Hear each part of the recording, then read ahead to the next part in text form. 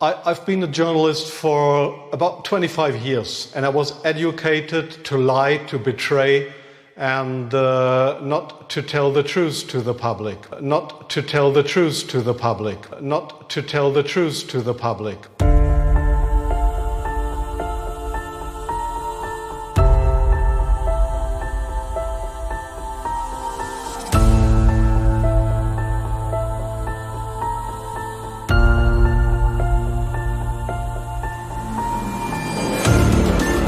Well, I've been a journalist for about 25 years, and I was educated to lie, to betray, and not to tell the truth to the public. But seeing right now, within the last months, how the German and American media tries to bring to the people in Europe, to bring to Russia. This is a point of no return, and I'm going to stand up and say it is not right what I have done in the past, to manipulate people, to make propaganda against Russia, and it is not right what my colleagues do and have done in the past, because they are bribed to betray the people, not only in Germany, all over Europe. They are bribed to betray the people. They are bribed to betray the people. And I don't like to have this situation again, because it's never coming from itself. There is always people behind it to push for. And this is not only politicians, this is journalists too. And I just have written in the book how we have betrayed in the past our readers just to push, and because I don't want this anymore. I'm fed up with this propaganda. We live in a banana republic and not in a democratic country where we have press freedom, where we have human rights. If you see the German media, especially my colleagues who day by day write against the Russians, who are in transatlantic organizations and who are supported by the United States to do so, well, people like me, I became an honorary citizen of the state of Oklahoma in the United States. Just why? Just because I write pro-American. I wrote pro-American. I was supported by the Central Intelligence Agency, by the CIA. Why? Because I should be pro-American. I'm fed up with it. I don't want to do it anymore. And so I've just written a book not to earn money. No, it will cause a lot of trouble for me, just to give the people in this country, in Germany, in Europe, and all over the world, just to give them a glimpse of a view what goes up behind the closed doors. One of the hopeful things that I've discovered is that nearly every that has started in the past 50 years has been a result of media lies. The media could have stopped it if they'd searched deep enough. If they hadn't reprinted government propaganda, they could have stopped it. But what does that mean? Well, that means basically populations don't lie. And populations have to be fooled into it. Populations don't willingly and with open eyes go into it. So if we have a good media environment, then we'll also have a peaceful environment. Our number one enemy is ignorance. And I believe that is the number one enemy of everyone, is not understanding what is actually going on in the world. It's only when you start to understand that you can make effective decisions and effective plans. Now, the question is, who is promoting ignorance? Well, those organisations that try to keep things secret, and those organisations which distort true information to make it false, misrepresentative. In this latter category, it is bad media. It really is my opinion that the media in general are so bad, we would have to question whether the world wouldn't be better off without them altogether. There's some very, very fine journalists, and we work with many of them, and some fine media organisations, but the vast majority are awful and are so distortive to how the world actually is. My experience as being the crisis manager, the flu commissioner for Belgium and highlighting the communication aspects there. And then you have one opportunity to do it right. I mean, day one is so important. In day one, you start your communication with the press, with the people, and you have to do it right. I mean, you have to go for one voice, one message.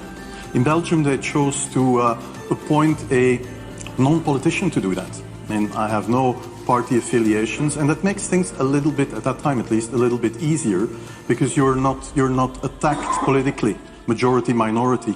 That doesn't come into play, and that was a huge advantage. The second advantage is that you can play in Brussels the complete naive guy and get a lot more done than you would otherwise be able to do.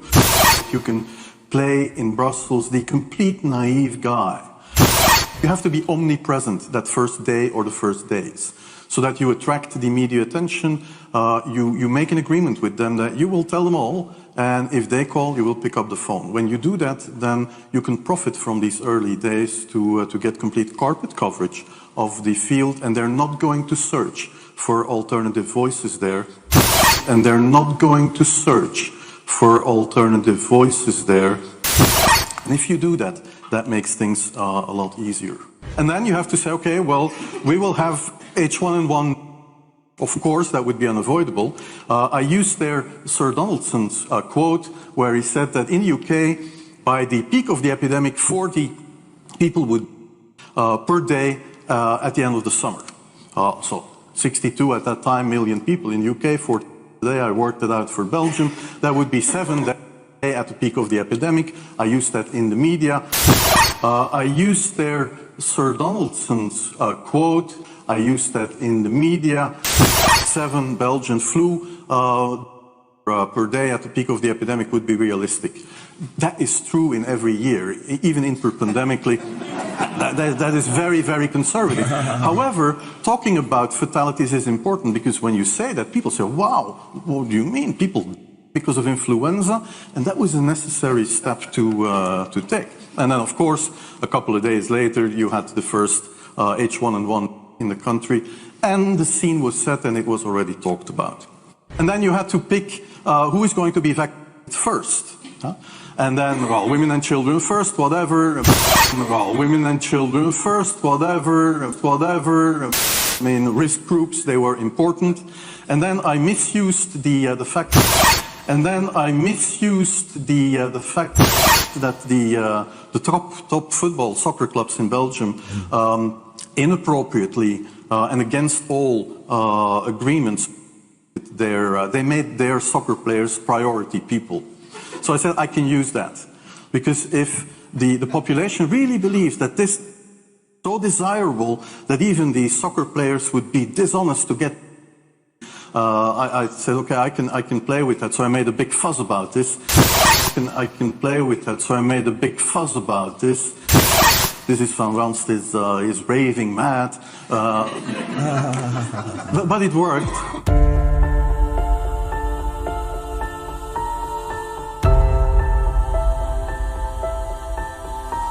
Gangbusters are great, right?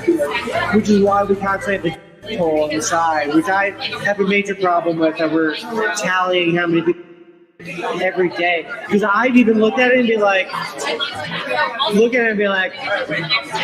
let's make it higher. Like, why isn't it high enough, today? Like, it would make our point better if it was higher. And I'm like, what am I rallying for? That's a problem. Yeah. That we're doing that, like the special red phone ring. Yeah. And they pick it up, and it's like the head of the network being like, there's nothing that you're doing right now that makes me want to stick. Put the numbers back up, because that's the most enticing thing that we had. So put it back up. So like things like that are constantly talked about. There's no such thing as unbiased news with any reporter on CNN. Okay. What they're actually doing is they're telling the person what to say. It's always like leading them in a direction before they even open their mouth. And the only people that we let on the air, for the most part, are people that have proven track record of taking the bait. And the only people that we will let on the air are people that have proven track record of taking the bait. We want to find a way of ramping this up even beyond the end of and I don't know when it will end. Some people are saying the 16th of April. But when we announced it, I didn't say what year it will end.